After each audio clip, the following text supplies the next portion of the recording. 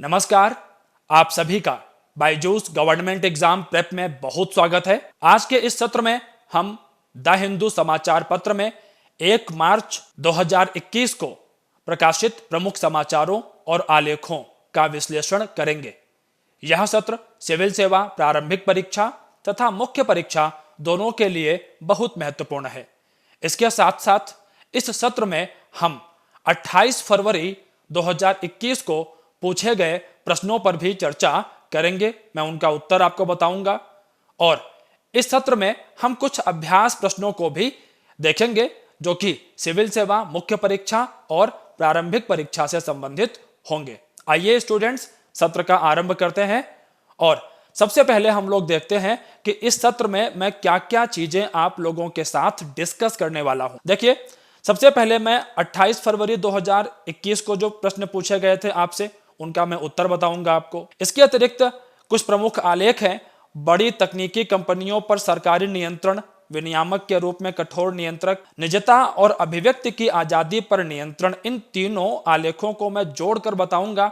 तीनों का लगभग एक ही मुद्दा है। इसके अतिरिक्त विज्ञान दिवस पर पुनर्विचार, नेपाल में संसद की वापसी, ब्राजील का उपग्रह अमेजोनिया 1, TEQIP, चिल्का झील, पश्चिमी घाट और अंत में प्रारंभिक परीक्षा अभ्यास प्रश्न और मुख्य परीक्षा अभ्यास प्रश्नों पर हम चर्चा करेंगे।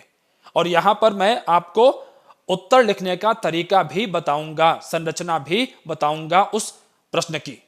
आगे बढ़ते हैं हम लोग। सबसे पहले जो 28 फरवरी के प्रश्न थे उनको देख लेते हैं। प्रश्न था, निम्नलिखित कथनों पर विचार कीजिए। कथन 1 है, संविधान सभा के सदस्यों को प्रांतीय विधानसभाओं के सदस्यों ने अप्रत्यक्ष चुनाव द्वारा चुना था। यह कथन सत्य है। इस योजना की सिफारिश कैबिनेट मिशन 1946 के द्वारा की गई थी। यह कथन भी सत्य है। और पहली बार राष्ट्रगान कांग्रेस के बॉम्बे सत्र में गाया गया था, तो इसका सही जवाब जो है वो है कलकत्ता, जहां पर सबसे पहले गाया गया था। तो ये वाला कथन हमारा तीसरा गलत है, हमें गलत बताना था और ये इसका सी सही जवाब हो जाएगा। भाषाई अल्पसंख्यकों के लिए विशेष अधिकारी के संदर्भ में निम्नलिखित में से कौन सा कथन सही है? मूल रूप से संविधान में भाषाई अल्पसंख्यकों के लिए विशेष अधिकारी के संबंध में कोई प्रावधान नहीं किया गया था। संविधान में योग्यता, कार्यकाल, वेतन और भत्ते, सेवा की शर्तों और निष्कासन की प्रक्रिया को निर्दिष्ट नहीं किया गया है। केंद्रीय स्तर पर आयुक्त गृह मंत्रालय के अंतर्गत आता है। तो मैं आप लोगों को यह बता दूं कि ये जो विशेष अधिकारी है ये गृह मंत्रालय के अंतर्गत नहीं आते हैं, ये आते हैं अल्पसंख्यक मंत्रालय के अंतर्गत। तो हमें सही कथन बताना था, तो 1 और 2 सही जवाब हो जाएगा। इसके बाद निम्नलिखित में से कौन सा कथन सही है या है? कथन 1 है, समानता के बिना स्वतंत्रता कई लोगों पर कुछ लोगों का वर्चस्व उत्पन्न कर देगी। निश्चित रूप से सही बात है। स्वतंत्रता के बिना समानता व्यक्तिगत पहल का हनन कर देगी। दूसरा कथन भी सही है। उपर्युक्त जो विचार थे वो BR अंबेडकर के द्वारा व्यक्त किए गए थे समानता और स्वतंत्रता के संदर्भ में। दोनों ही कथन यहाँ पर सही हैं। न्यायाधीशों को हटाने के संदर्भ में निम्नलिखित कथन या कथनों में से कौन सा सही है? न्यायाधीशों को हटाने की प्रक्रिया का संविधान में विस्तृत वर्णन है और इसका जो जवाब है वो गलत है। ये दरअसल ऐसा है कि न्यायाधीशों को जो हटाने की प्रक्रिया है इसके संदर्भ में जजेस इंक्वायरी एक्ट 1968 में पास किया गया था। तो जो विस्तृत वर्णन है वो वहां पर दिया गया है। बाकी अगर हम बात करते हैं तो संविधान में कुछ एक प्रक्रियाओं का वर्णन है। अगला कथन क्या है? लोकसभा अध्यक्ष या राज्यसभा अध्यक्ष को कानूनी विशेषज्ञों से सलाह लेने के बाद नोटिस स्वीकार करने या अस्वीकार करने का विवेकाधीन शक्ति दिया गया है। तो निश्चित रूप से यह वाला कथन हमारा सही है। अगला प्रश्न है हमारे सामने, राज्य मानवाधिकार आयोग के अध्यक्ष और सदस्यों को राज्यपाल द्वारा नियुक्त और हटाया जाता है। तो मैं आपको यहां पर बता दूं, इनको जो हटाने का कार्य है वो राष्ट्रपति के द्वारा किया जाता है। नियुक्ति राज्यपाल के द्वारा की जाती है, यह सत्य है। तो ये वाला कथन हमारा गलत हो गया। अध्यक्ष और सदस्य 5 वर्ष की अवधि के लिए, तो यहां पर 5 वर्ष नहीं होगा स्टूडेंट्स, यहां पर अभी संशोधन हुआ था पीछे, 3 वर्ष कर दिया गया है। तो ये वाला कथन भी गलत हो गया, तो कोई नहीं इसका सही जवाब होगा। इसके अतिरिक्त अगला प्रश्न है, निम्नलिखित में से कौन सा या से विषमतावादी संघवाद की विशेषताएं हैं? सबसे पहले आप ये समझ लीजिए, विषमतावादी संघ वह संघ होता है जहां पर एक तरफ केंद्र होगा और एक तरफ राज्य होंगे, और जो अलग अलग राज्य होंगे उनके मध्य अलग अलग शक्तियां होंगी, अर्थात कि अलग अलग राज्यों का दर्जा अलग अलग होगा। जैसे भारत में अगर हम देखते हैं तो हमारे जो पूर्वोत्तर के राज्य हैं उन्हें विशेष दर्जा मिला हुआ है अन्य राज्यों की तुलना में। अगर आप अमेरिका जाते हैं तो अमेरिका में क्या दिखता है आपको, सभी राज्यों की समान शक्तियां हैं।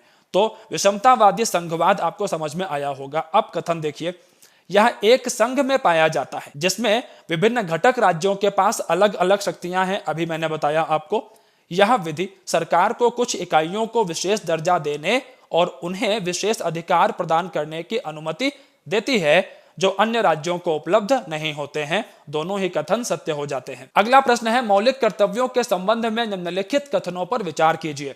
अनुच्छेद 51A के तहत उल्लिखित कर्तव्यों को विधि द्वारा लागू नहीं किया जा सकता है, यह गलत है। विधि के द्वारा इनको लागू करवाया जा सकता है, यह वाला कथन हमारा गलत हो जाता है। वे केवल नागरिकों तक ही सीमित है, सत्य कथन है। यह केवल नागरिकों तक ही सीमित है, विदेशियों तक ये लागू नहीं होते हैं। तो यहां पर सही कथन हमसे पूछा गया था, तो केवल 2 इसका सही जवाब हो जाएगा। आगे चलते हैं हम लोग। निम्नलिखित में से किस मंत्रिमंडल समिति की अध्यक्षता केंद्रीय गृह मंत्री करते हैं? आपके सामने जवाब स्पष्ट है, फैक्चुअल क्वेश्चन था ये, आवास पर मंत्रिमंडलीय समिति। मैं आपको बताता चलूं कि जो बाकी तीनों समितियां हैं इनके अध्यक्ष प्रधानमंत्री महोदय होते हैं। आगे आ जाइए। निवारक निरोध के संदर्भ में निम्नलिखित में से कौन सा कथन सही है? नंबर 1, बंदी को निरोध के कारण की सूचना देनी चाहिए। बिल्कुल सही बात है, मिलनी चाहिए। इसके अतिरिक्त बंदी को निरोध आदेश के विरुद्ध अपील करने का अवसर दिया जाना चाहिए। सत्य है। केवल संसद निवारक निरोध पर कानून बना सकती है, ना कि राज्य विधानसभाएं। स्टूडेंट्स, मेरी एक बात आप हमेशा याद रखिएगा, सिविल सेवा परीक्षा के जब प्रश्नों को आप देखते हैं प्रारंभिक परीक्षा के लिए, तो वहां पर ये जो केवल, अधिकांश, ये जो अतिवादी जो शब्द होते हैं, यहां पर ये शब्द जहां पर भी आते हैं तो आपको बहुत विचार करने की जरूरत हो जाती है, और अधिकांश हम लोग इस बात को देखते हैं कि ये गलत ही होते हैं। लेकिन ध्यान रखिएगा, इसको किसी ट्रिक के तौर पर आप लोग मत इस्तेमाल करिएगा। ये एक सामान्य अनुभव है कि अधिकांशतः गलत होते हैं। तो यहां पर भी यह गलत है, क्योंकि राज्यों की विधानसभाओं के पास भी इस बारे में शक्तियां होती हैं और वो कानून बना सकते हैं। तो ए इसका सही जवाब हो जाएगा। अगला प्रश्न है, निम्नलिखित कथन या कथनों में से कौन सा या से सही है या है? केंद्र सरकार की आकस्मिक निधि भारत के राष्ट्रपति के अधीन होती है। सत्य कथन है। राज्य अपने स्वयं की आकस्मिक निधि का विकल्प भी चुन सकते हैं। आपात स्थिति से निपटने के बाद कोष की पूर्ण क्षमता 500 करोड़ रुपए की प्रतिपूर्ति की जाती है। यह आवश्यक धन भारत की संचित निधि से आता है। तीनों ही कथन यहां पर सत्य हो जाते हैं। और हम लोग आगे बढ़ते हैं अपने पहले आलेख की तरफ। पहला आलेख क्या है कि यहां पर 3 आलेखों का मिश्रण है। वास्तव में पेज नंबर 6 और 7 से इनको लिया गया है। इनका संबंध आप जोड़ सकते हैं सामान्य अध्ययन प्रश्न पत्र संख्या 2 और 4 के साथ भी जोड़ सकते हैं।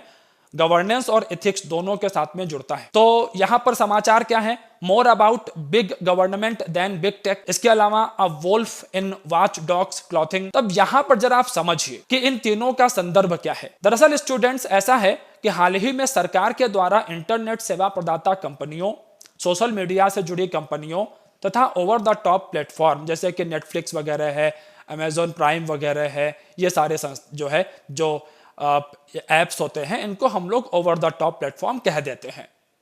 इन नियमों को सूचना प्रौद्योगिकी अधिनियम 2000 की धारा 87(2) के तहत जारी किया गया है।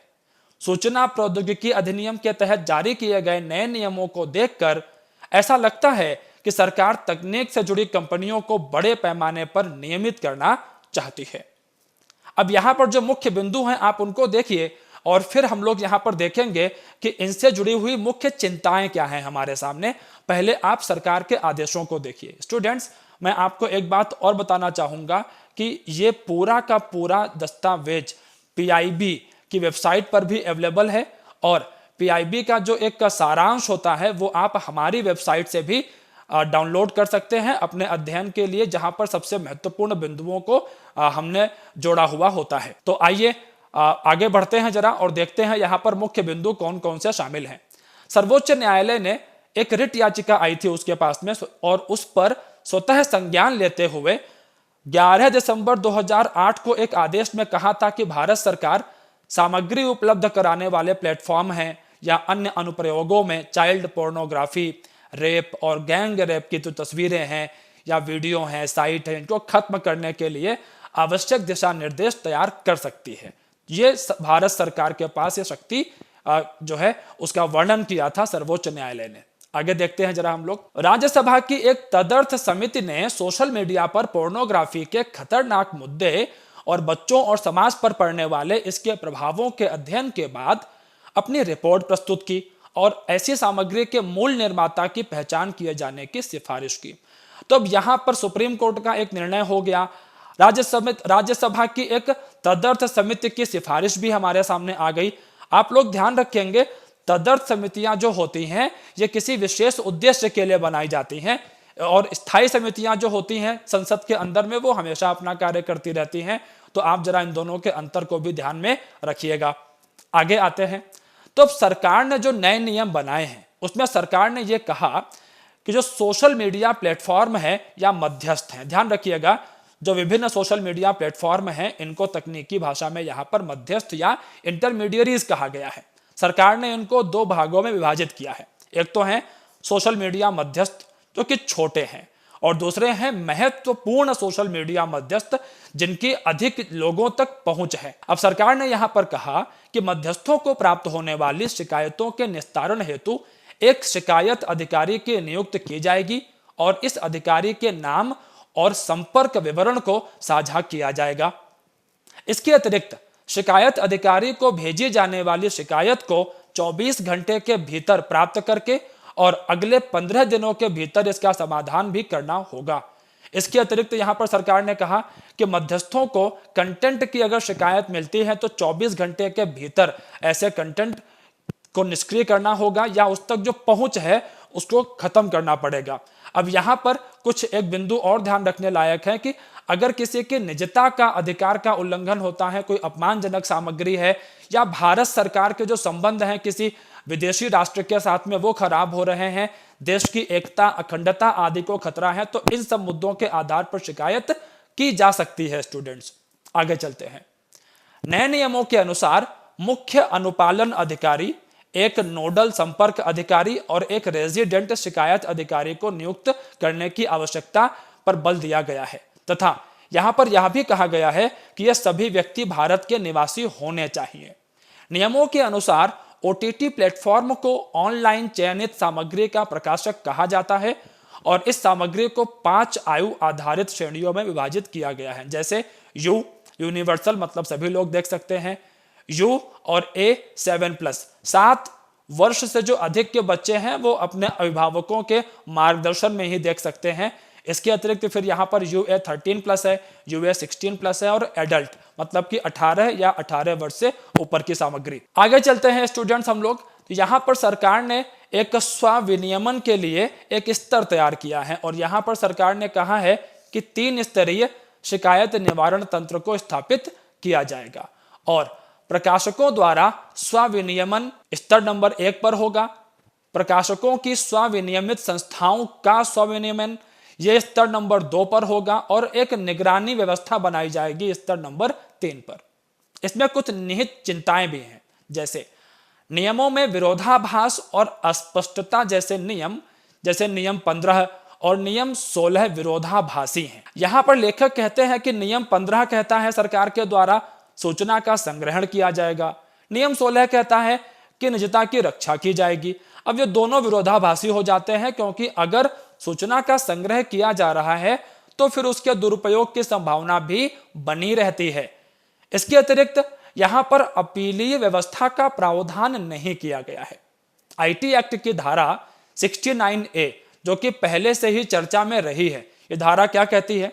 डिजिटल कंटेंट पर प्रतिबंध लगाने की सरकार की शक्ति की बात करती है, लेकिन किन किन आधारों पर यहां प्रतिबंध लगाया जाएगा वो आधार बहुत ही अस्पष्ट हैं और ये मुद्दा श्रेया सिंघल केस 2015 में भी सामने आया था और लगातार कई सारे विशेषज्ञों ने यह बात उठाई है कि सुप्रीम कोर्ट को आईटी एक्ट की धारा 69A पर अधिक स्पष्टीकरण देने की आवश्यकता है, अन्यथा इसका दुरुपयोग होने की संभावना अधिक है।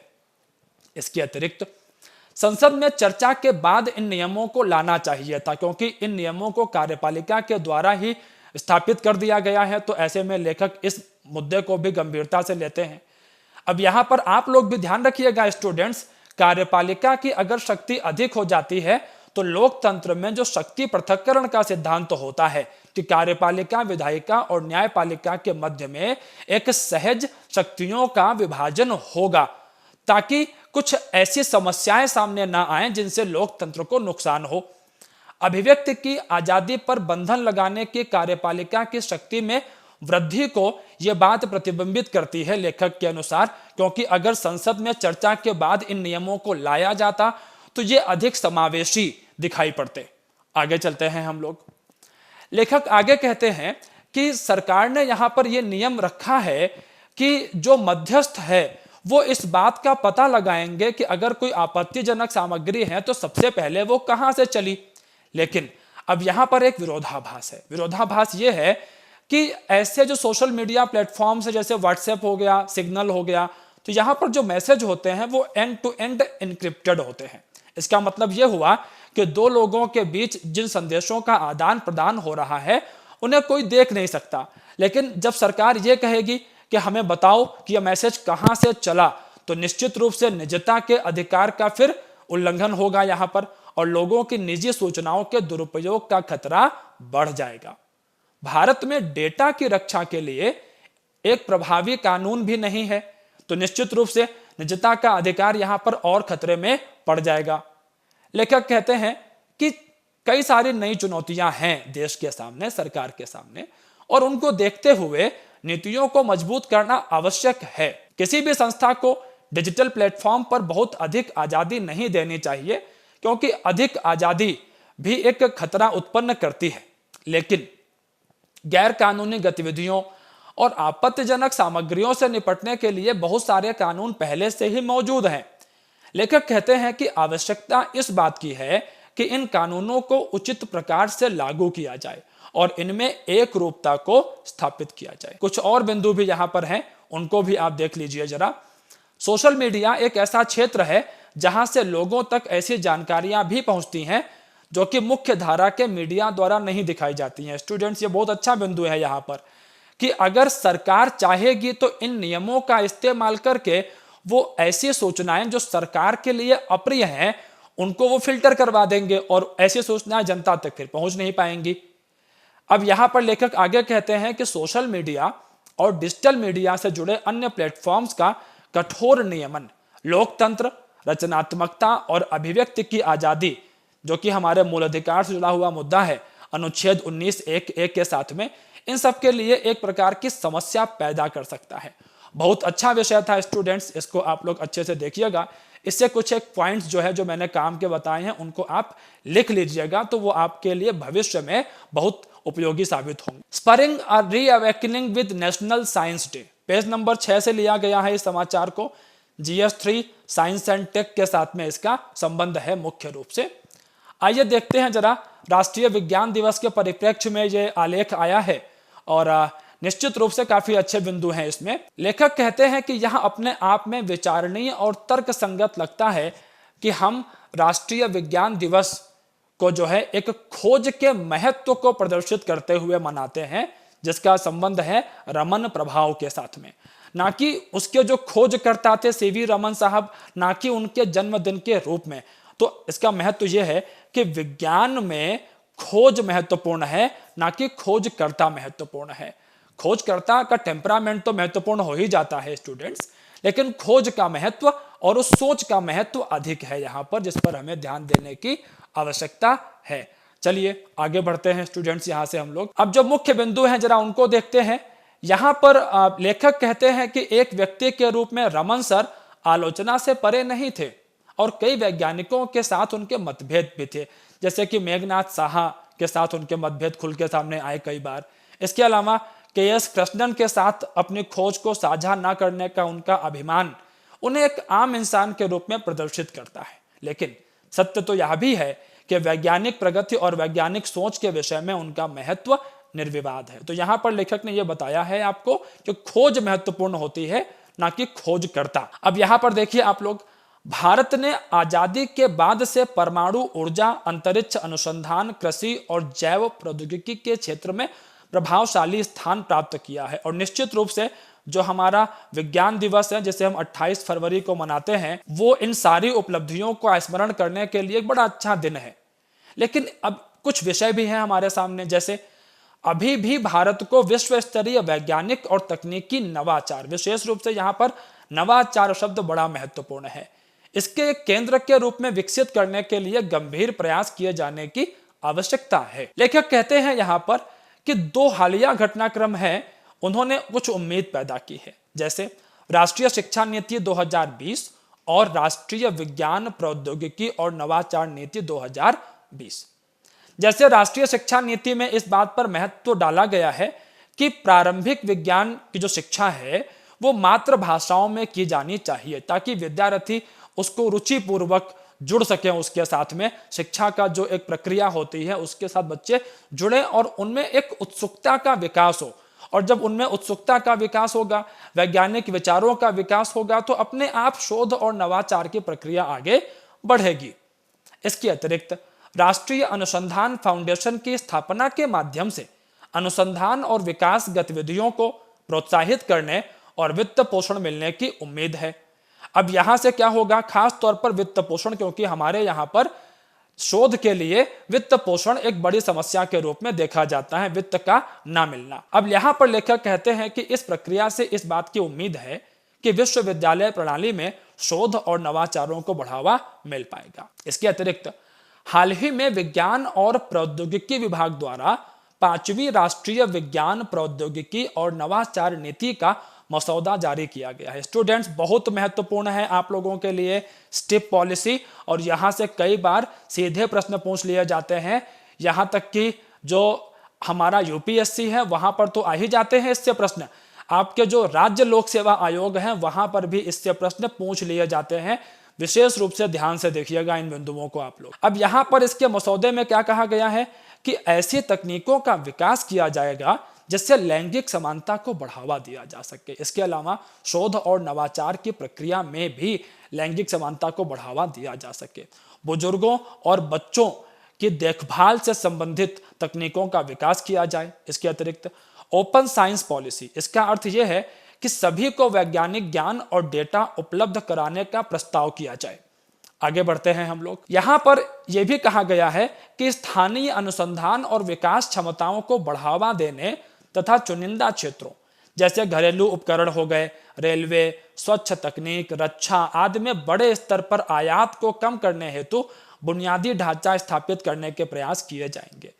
यहां पर यह बिंदु काफी महत्वपूर्ण है आप लोगों के लिए। रणनीतिक प्रौद्योगिकी बोर्ड की स्थापना का भी यहां पर प्रावधान है, जो कि सभी सामरिक सरकारी विभागों को जोड़ेगा। सामरिक मतलब जो महत्वपूर्ण है सुरक्षा की दृष्टि से, राष्ट्र के विकास की दृष्टि से, उन विभागों को जोड़ेगा और खरीदी जाने वाली या स्वदेश निर्मित जो प्रौद्योगिकियां हैं उनकी निगरानी करेगा और उनकी अनुशंसा करेगा। आगे बढ़ते हैं हम लोग। लेखक कहते हैं कि भारत में स्वतंत्र विचारों का एक लंबा इतिहास रहा है। आर्यभट्ट, वाराहमिहिर और भास्कराचार्य से लेकर आधुनिक भारत के महान वैज्ञानिकों ने इस परंपरा को आगे बढ़ाया है। इसके अतिरिक्त ये लाइंस आपके लिए बहुत महत्वपूर्ण है, प्रमुख महिलाओं की बातें यहां पर की गई हैं स्टूडेंट्स। लेखक कहते हैं कि जानकी अम्मल जो कि एक वनस्पति शास्त्री थी, असीमा चैटर्जी एक रसायन विज्ञानी थी, विभा चौधरी एक भौतिक विज्ञानी थी, गगनदीप कांग एक चिकित्सा वैज्ञानिक थी। इन महिलाओं ने भी इस विज्ञान की ज्योति को आगे बढ़ाया है और हमें सामूहिक रूप से इस परंपरा को बनाए रखने के लिए प्रयास करने होंगे। आगे चलते हैं हम लोग। नेपाल के अंदर में जो वहां के प्रधानमंत्री हैं केपी शर्मा ओली जी, संसद को उन्होंने भंग कर दिया था, लेकिन सुप्रीम कोर्ट ने उनके इस निर्णय को पलट दिया है। इसी संबंध में इस आलेख को लिखा गया है और इसका संबंध GS2 जो इंटरनेशनल रिलेशंस का हमारा हिस्सा है उसके साथ इसका संबंध है। और आगे देखते हैं जरा। हाल ही में नेपाल के प्रधानमंत्री केपी शर्मा ओली द्वारा अपने देश की संसद को भंग करने का जो फैसला था उसकी वजह से नेपाल में एक अभूतपूर्व राजनीतिक संकट की स्थिति उत्पन्न हो गई थी। यह निर्णय सत्तारूढ़ दल नेपाली कम्युनिस्ट पार्टी में चल रही आंतरिक रसाकसी की पृष्ठभूमि में लिया गया था। अब यहाँ पर अगर आप नेपाल का यह मैप देखते हैं तो मैं आपको बता दूं कि यहाँ पर नेपाल के अंदर में जो एनसीपी जो दल है, इस दल को 2/3 बहुमत प्राप्त हुआ था और नेपाल के अंदर में अधिकांश प्रांतों के अंदर में इनकी सरकार की स्थापना हुई थी। तो काफी प्रभावशाली रूप से चुन करके केपी शर्मा ओली सत्ता में आए थे। लेकिन अब ऐसा क्या घटनाक्रम हुआ, जरा इसको हम लोग देखते हैं। आप यहाँ पर भारत और नेपाल के संबंधों पर भी विशेष रूप से ध्यान रखेंगे स्टूडेंट्स, क्योंकि हालिया समय में भारत और नेपाल के बीच सीमा विवाद की घटनाओं को भी देखा गया है और नेपाल के अंदर में जो संसद को भंग किया गया है, आप इस बिंदु पर ध्यान रखेंगे स्टूडेंट्स कि एक तरफ यहाँ देखिए चीन है, तिब्बत जो कि चीन का ही क्षेत्र है।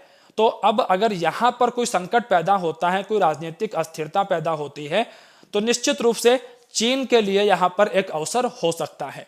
चलिए आगे आते हैं हम लोग। भारत द्वारा ऐसी आशंका व्यक्त की गई है कि नेपाल की यह राजनीतिक अस्थिरता नेपाली राजनीति में चीन के हस्तक्षेप में वृद्धि कर सकती है। आगे बढ़ते हैं हम लोग। नेपाल के प्रधानमंत्री के द्वारा संसद को भंग किए जाने का जो एकतरफा निर्णय था, इसको सुप्रीम कोर्ट के द्वारा पलट दिया गया है। नेपाल के द्वारा यह कहा गया है कि यदि सत्तारूढ़ दल में किसी प्रकार का कोई संकट था या नए सरकार के गठन की संभावना पर विचार तो कम से कम कर ही लिया जाता। अगर कोई समस्या थी, समस्या का आंतरिक रूप से समाधान कर लिया जाता, ना कि संसद को भंग कर दिया जाए। तो यहां पर एक तरीके से हम देखते हैं कि सुप्रीम कोर्ट ने केपी शर्मा ओली के निर्णय पर प्रश्न चिन्ह लगाया। केपी शर्मा ओली ने सुप्रीम कोर्ट में कहा कि देखिए ऐसा है कि जो प्रचंड कुमार दहल हैं और जो माधव कुमार नेपाल हैं, इनके खेमे में काफी सारे जो सांसद हैं वो शामिल हैं और हमारे पास जो आवश्यक बहुमत है वो नहीं है। तो ऐसे में हम लोग देखते हैं कि नेपाल कम्युनिस्ट पार्टी जो है वो 2 भागों में विभाजित होती हुई दिखाई पड़ती है। एक तरफ केपी शर्मा ओली है और दूसरी तरफ प्रचंड कुमार और माधव कुमार नेपाल हैं। अब केपी शर्मा ओली के द्वारा कहा गया कि जब मेरे पास में बहुमत है ही नहीं, तो मैंने ये सोचा कि संसद को भंग कर दिया जाए और इसके अतिरिक्त दोबारा चुनाव करके सत्ता में वापस लौट करके आते हैं। लेकिन सुप्रीम कोर्ट के द्वारा कहा गया कि पहले एक नई सरकार के गठन के लिए प्रयास कर लिया जाता तो वो अधिक लोकतांत्रिक था। ऐसे में सुप्रीम कोर्ट ने केपी शर्मा ओली के खिलाफ कठोर रवैया अपनाया है और उन्होंने यह भी किया कि संसद को भंग करने के बाद केपी शर्मा ओली के द्वारा जो नियुक्तियां की गई थी, उन नियुक्तियों को भी सुप्रीम कोर्ट के द्वारा रद्द कर दिया गया। अब यहाँ पर नेपाल की अगर हम कुछ स्थितियों की बात करें, जैसे नेपाल में कुछ सालों पहले भयानक भूकंप आया था, तो अभी वहां पर विकास जो गतिविधियां हैं पटरी पर आ रही हैं, धीरे धीरे वक्त लग रहा है उसमें। फिर इसी बीच में कोविड महामारी के कारण अर्थव्यवस्था को बहुत नुकसान पहुंचा। ध्यान रखेंगे कि नेपाल की जो अर्थव्यवस्था है मुख्य रूप से पर्यटन आधारित अर्थव्यवस्था है ये।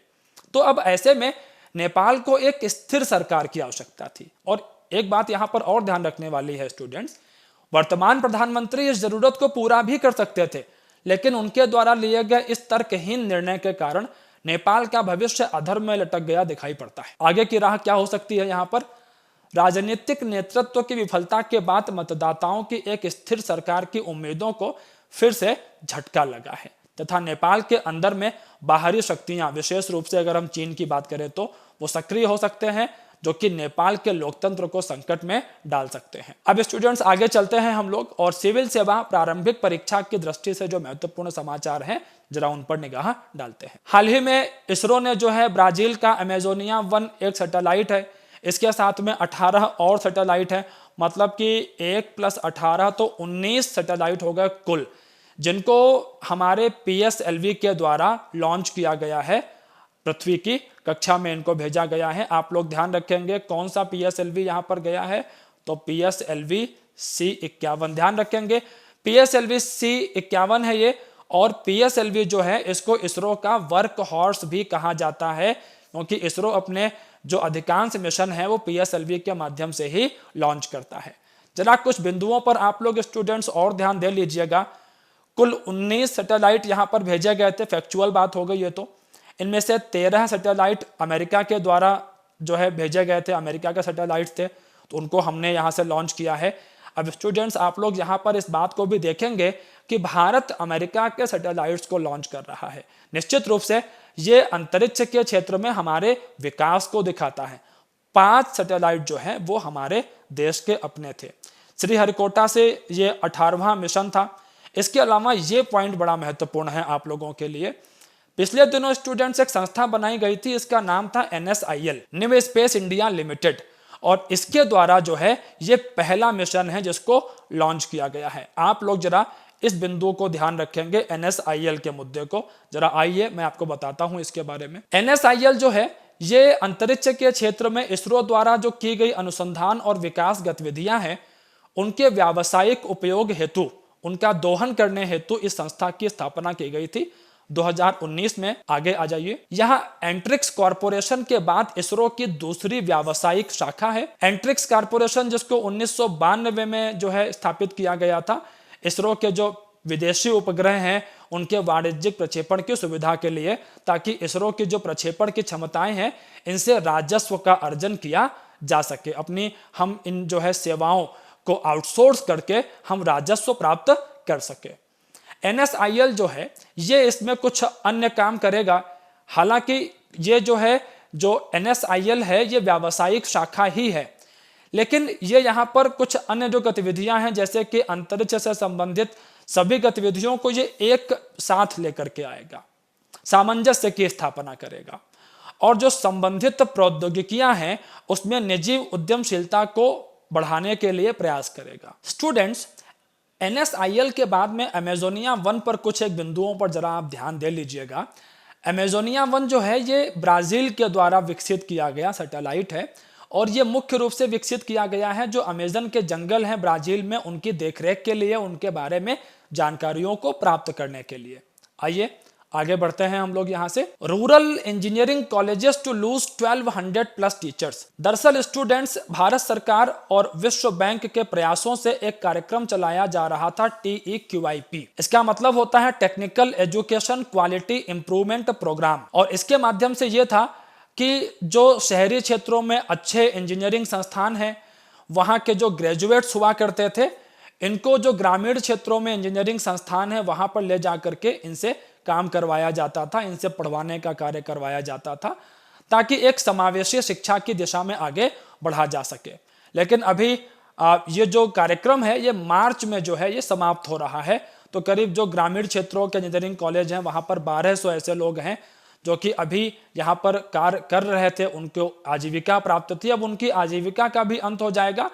इसके अतिरिक्त एक समस्या यहाँ पर यह भी आ जाएगी कि इन इंजीनियरिंग कॉलेजेस के अंदर में शिक्षकों की कमी भी देखी जाएगी। हालांकि भारत सरकार अपने एक अलग प्रोग्राम की तरफ काम कर रही है जिसका नाम मेरिट है, जिसके माध्यम से वो इस कमी को पूरा करने का प्रयास करेगी।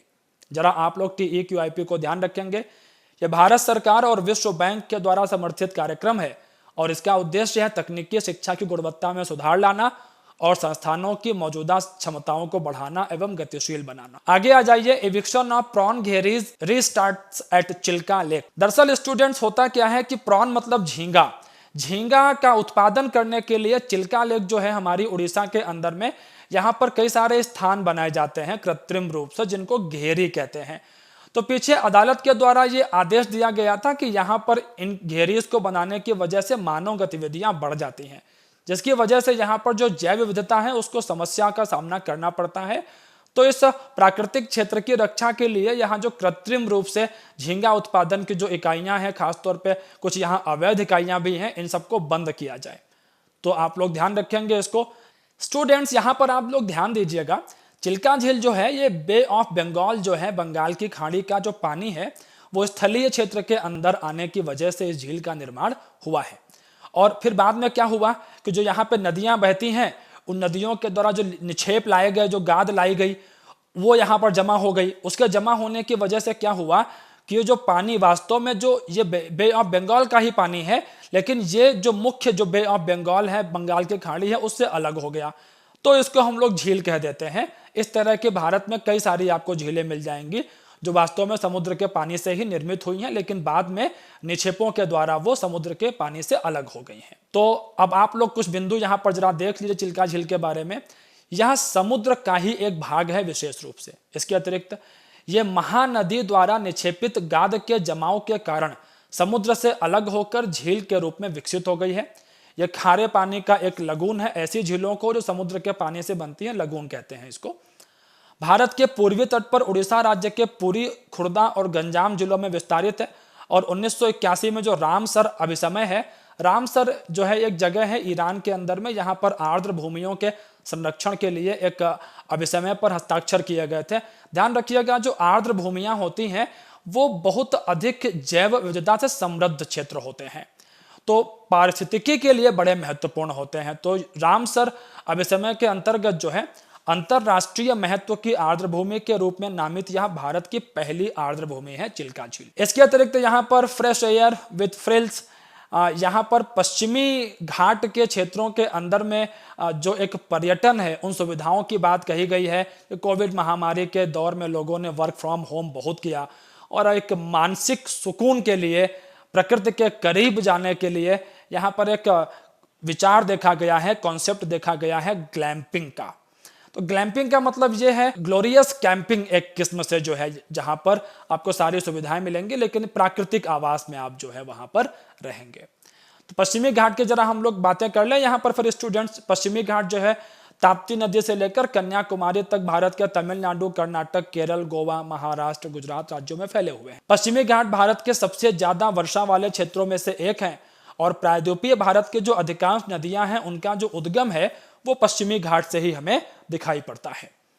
पश्चिमी घाट से गोदावरी, कृष्णा, कावेरी और पेरियार आदि नदियों का उद्गम होता है और इन नदियों का जो जल है उसका उपयोग सिंचाई के साथ साथ विद्युत उत्पादन के लिए भी किया जाता है। अब आज के जो प्रारंभिक परीक्षा अभ्यास प्रश्न है स्टूडेंट्स उनको देख लेते हैं। पहला प्रश्न है, पश्चिमी घाट के संदर्भ में निम्नलिखित कथनों पर विचार कीजिए। यह यूनेस्को का एक विश्व धरोहर स्थल है और विश्व में जैव विविधता के 8 हॉट स्पॉट में से एक है। हिमालय पश्चिमी घाट से पुराना है। अनैमुदी पश्चिमी घाट की सबसे ऊंची चोटी है। उपर्युक्त कथन या कथनों में से कौन सा या से सही है? केवल एक और तीन, केवल 2 और 3, 1, 2 और 3। आप इसका स्क्रीनशॉट ले सकते हैं स्टूडेंट्स और इसका उत्तर देने का प्रयास करेंगे। इन सभी प्रश्नों के उत्तर मैं कल बताऊंगा आपको। अगला प्रश्न हम लोग देखते हैं। TEQIP परियोजना के संदर्भ में निम्नलिखित कथन या कथनों में से कौन सा या से सही है? नंबर 1, यह विश्व बैंक द्वारा सहायता प्राप्त भारत सरकार की एक परियोजना है। परियोजना का लक्ष्य तकनीकी शिक्षा में छात्राओं के कम नामांकन अनुपात में सुधार करना है।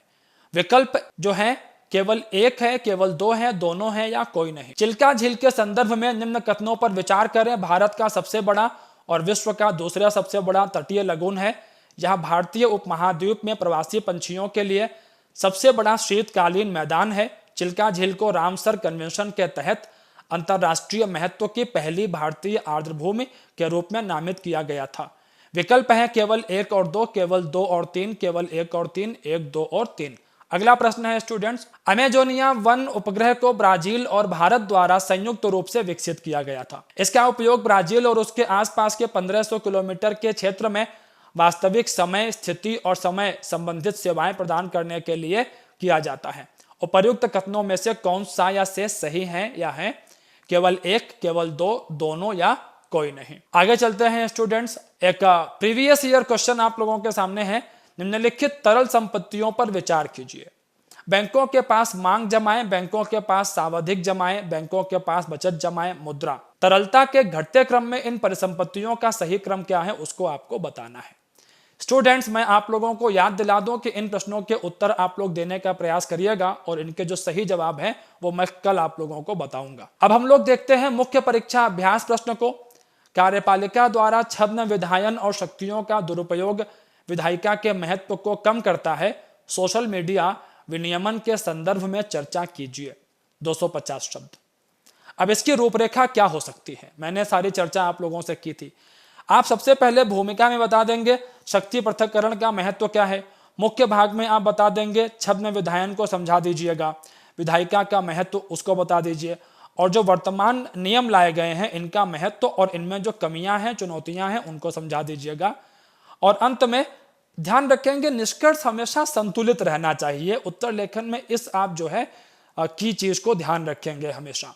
आगे देखिए, अगला प्रश्न है, भारत की वैज्ञानिक प्रगति में महिलाओं के योगदान के साथ राष्ट्रीय विज्ञान प्रौद्योगिकी और नवाचार नीति 2020 पर चर्चा कीजिए। उत्तर की संरचना की बात करते हैं हम लोग यहाँ पर। तो भूमिका में आप बता देंगे वैज्ञानिक प्रगति का महत्व क्या है। मुख्य भाग की बात कर देंगे हम लोग। लैंगिक समानता का वैज्ञानिक प्रगति में महत्व बता दीजिएगा।